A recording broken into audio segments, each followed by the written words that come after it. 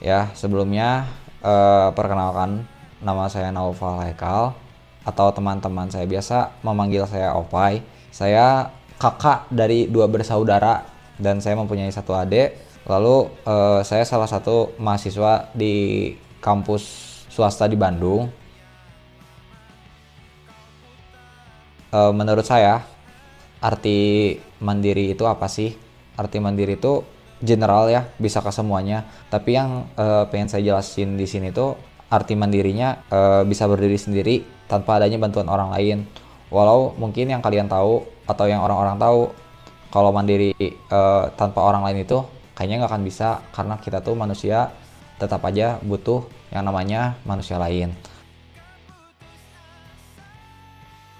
Kalau saya masuk ke joki balap motor sebenarnya bukan karena ingin jadi joki awalnya, karena saya hobi di motor gitu. Jadi awalnya cuma hobi, lama-lama kok kebawa sama teman-teman saya karena kebetulan teman-teman saya mulai dari SMP kelas 3 sampai SMA kelas 1 tuh teman-teman saya tuh di lingkup orang-orang yang punya bengkel ataupun orang-orang yang hobi sama motor. Makanya kenapa bisa saya awalnya bisa masuk ke dunia joki, awalnya cuma iseng, tapi lama-lama teman saya karena ada tawaran, mungkin karena anak-anak seumuran saya masih labil dan masih belum punya pikiran ke depannya kayak gimana, makanya banyak banget dulu seumur-seumur saya atau teman-teman saya, terutama teman-teman terdekat, banyak banget yang mungkin nyuruh kayak mau joki nggak, mau ngejokiin nggak, kayak mungkin karena kita punya satu hobi, tapi karena mungkin saya orang yang dipercaya, makanya saya mendapatkan penawaran seperti itu. Nah, yang saya cari itu sebenarnya banyak. Kalau mungkin bisa saya sebutin ada 3 aspek yang ngebuat saya kenapa sih bisa sampai terjun lama nih di dunia kayak balap-balap motor kayak gitu. Yang pertama tuh gengsi saya tuh ngerasa kalau misalnya wah kalau saya joki balap tuh ngerasa gaya nih. Kayak orang-orang tuh mandangnya bakal wah dia joki tuh. Awalnya kayak gitu. Mungkin aspek yang pertama itu. Yang kedua mungkin di bagian uang ya. Walau mungkin uangnya nggak seberapa, tapi menurut saya karena waktu itu umur saya masih 16 sampai 17 tahun, saya ngerasa kalau uang segitu tuh sangat amat berharga banget buat saya. Terus yang ketiga tuh di bagian lebih ke arah tantangan diri aja sih. Kayak wah anjir balapan nih, ngeri banget nih. Ya kayak gitu-gitu aja sih sebenarnya karena masih umurnya saya belum punya pikiran yang maju, mungkin masih punya pikiran yang di situ-situ aja. Makanya kenapa saya punya 3 opsi tadi itu tuh karena yaitu pertama saya masih labil, yang kedua saya belum berpikir panjang. Kalau untuk kisaran terbesar uang yang didapat, mungkin kalau bisa dibilang kisaran gimana taruhan yang dipersiapkan ya untuk kedua belah pihak. Karena kan kalau balapan gitu kedua belah pihak. Mungkin kalau kisaran 30% dari apa yang ditaruhanin gitu maksudnya tuh, atau 25% sampai ya 20 sampai 30% lah mungkin yang biasanya saya dapat tuh dari total taruhan yang ada. Dulu sempet awalnya tuh sebenarnya nggak kepikiran untuk awalnya banget, tapi lama kelamaan karena terus berpikir secara logika, secara matang untuk seumuran saya dulu awalnya enggak, lama-lama iya kok dipikir-pikir ngebahayain diri, ngebahayain orang lain. Terus yang saya dapetin uang yang nggak sebanding sama resiko nyawa yang saya taruhin untuk di balapan itu. Makanya mungkin kalau dulu mikir atau enggak, tapi lama kelamaan saya berusaha untuk berhenti di dunia kayak gitu. Lalu ya udah saya berusaha untuk vakum, nggak yang jadi joki kayak gitu karena menurut saya dapat merugikan diri sendiri dan orang lain sih. Dulu kenapa bisa kepikiran untuk stop dari dunia perjoki motoran ini? Pertama tuh saya udah ada momennya saya hampir ketangkap polisi dan saya juga pernah ketangkap polisi. Makanya di situ saya mikir kalau apa yang saya taruhanin tuh, apa yang saya dapat tuh nggak sebanding sama apa yang saya harus tebus. Maka dari itu untuk selanjutnya tuh kenapa saya berhenti dari dunia motor ini vakum, terus lanjut ke joki yang lebih aman yaitu joki tugas sih. Dulu tuh sebenarnya iseng-iseng doang, karena ada teman yang minta tolong ngerjain tugas. Lama-kelamaan kok dia sering banget nih minta tolong tugas ke saya, makanya keterusan. Terus mungkin kalau anak-anak SMA karena lingkupnya hanya segitu-segitu aja, dan ya orangnya cuma itu-itu aja. Jadi kenapa saya bisa dikenal orang, dia joki tugas nih, dia bisa ngejoki nih, karena ya itu dari mulut ke mulut, mulai dari yang awalnya iseng lama-lama kok lumayan nih buat ngasilin buat ya buat pribadi, buat diri sendiri. Kayak banyak sih, kalau dari mulai nulis bisa, kalau misalnya tugas laporan saya bisa. Dulu juga sempat beberapa tugas yang emang di luar kayak mata pelajaran, tapi di luar emang yang biasanya saya kerjain. Dulu kan saya sering ngerjain kayak laporan sama tulisan doang ya, tapi waktu itu sempat ada yang kayak ngejoki buat kerajinan, buat yang tugas akhir seni budaya, tapi ya saya tetap kerjain karena saya berusaha profesional aja. Kalau harga buat per tulisan misalnya, dulu mungkin mahal ya untuk anak-anak SMA, tapi menurut saya karena saya ngeluarin tenaga dan pikiran dan effort saya untuk kerjain ya. Jadi dulu tuh saya mulai dari harga 3.000 untuk per satu lembar buku yang kecil. Itu kalau buat yang tulis, kalau buat laporan biasanya range 30 sampai 50.000 per satu laporan.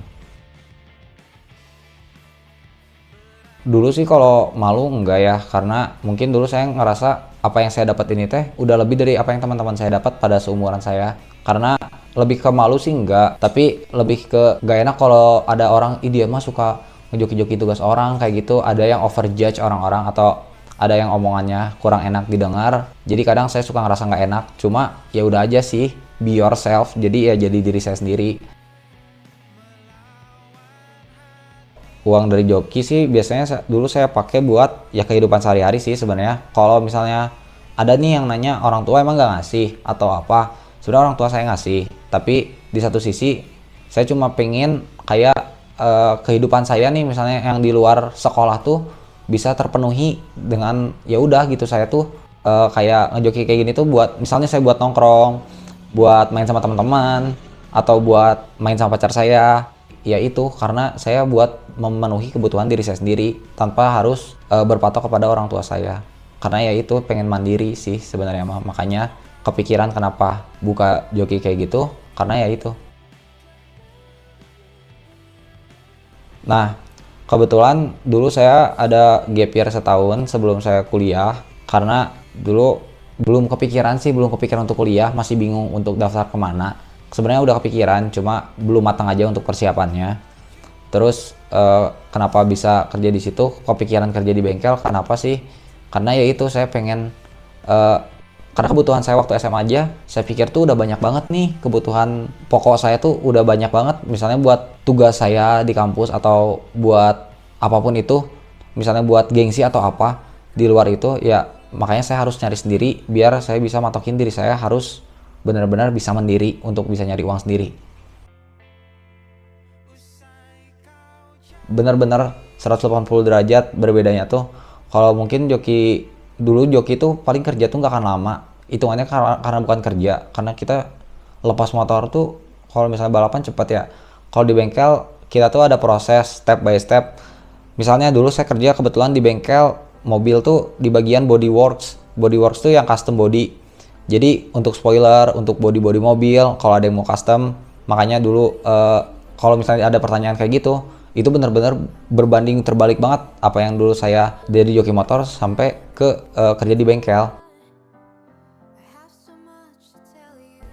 Dulu saya kerja di bengkel banyak banget yang bisa saya jelasin ya, mungkin yang ngajarin hidup saya tentang apa sih arti uang dalam hidup ini teh sebenarnya.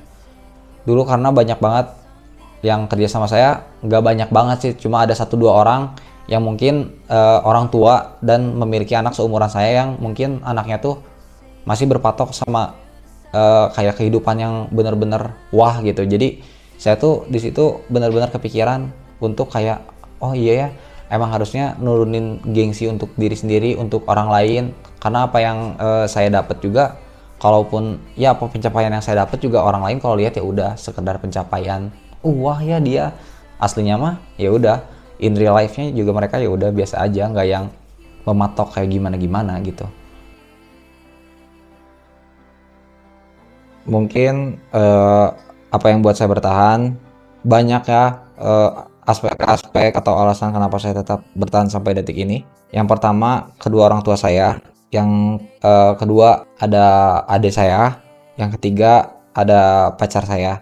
Dan saya di sini sangat amat berterima kasih kepada kedua orang tua saya yang telah mendidik saya sebaik mungkin sampai detik ini.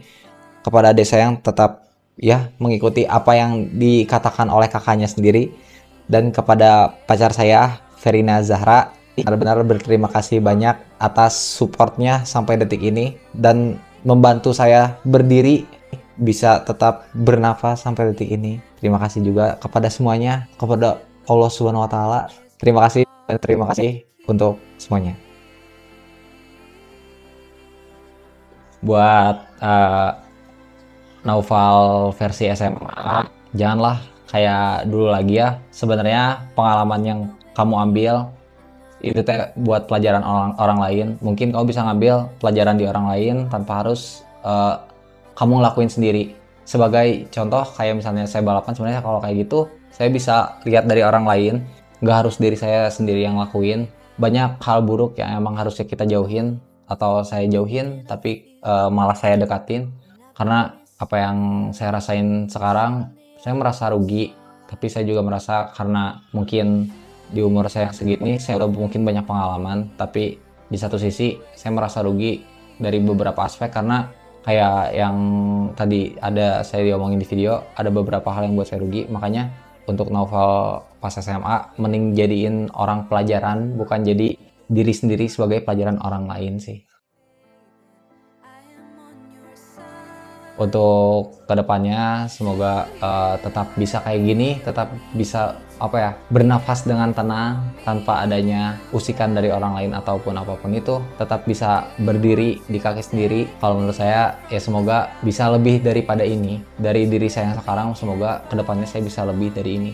Last statement, yang namanya manusia yang emang harus bisa mandiri, karena nggak semua orang bisa bantu kita, maupun orang terdekat sekalipun. Ketika kita punya masalah yang emang nggak bisa kita selesain, misalnya harus diselesain dengan orang lain tapi orang lain nggak bisa bantu, kita emang harus benar-benar bisa mandiri, benar-benar bisa harus ngeberesin masalah itu sendiri. Karena kita nggak boleh terlalu berharap kepada yang namanya manusia, karena emang pada dasarnya mau gimana pun tetap saja yang namanya manusia, kalau misalnya ada kekurangan mungkin tetap saja kekurangan, nggak bisa jadi kelebihan. Maka dari itu seberusaha mungkin kalian bisa berdiri kaki kalian sendiri. Kalau kalian punya masalah mungkin bisa kalian sharing ke orang-orang terdekat, tapi kalau mungkin orang-orang terdekat sekalipun tidak bisa membantu yang namanya masalah kayak gini, kita nggak boleh yang namanya sampai ya suicide ya guys. Jadi sebisa mungkin untuk ngeberesinnya dengan cara apapun tanpa merugikan siapapun. Makanya mungkin itu aja sih yang bisa saya kasih ya, statement yang saya kasih dari beberapa pertanyaan dan beberapa